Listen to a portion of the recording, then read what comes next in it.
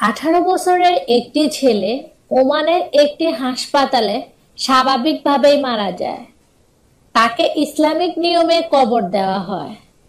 3 ঘন্টা পর ছেলের বাবা তার ছেলেকে দেখার জন্য অনুমতি চান এবং তিনি বলেন, আমার একটা সন্দেহ আছে, এবং তিনি তা পরখ করে দেখতে চান।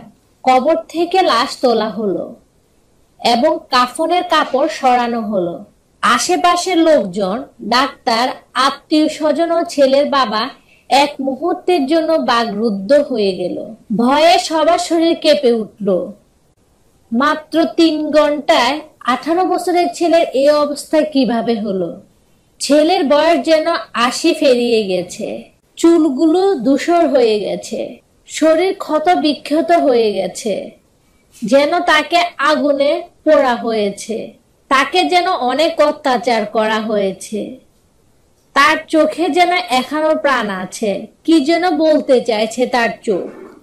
এবার ছেলের বাবা বললেন, এটা খুব কঠিন, কবরের আযাবের প্রতিফল। আমার ছেলে কখনো নামাজ রোজা আদায় করে নাই, এমন কোনো খারাপ কাজ নাই যা সে করে নাই। এই আযাব তারই প্রতিফল। মহান আল্লাহ আমাদের তার আদেশ নিষেধ মানার তৌফিক দান করুন। আমিন।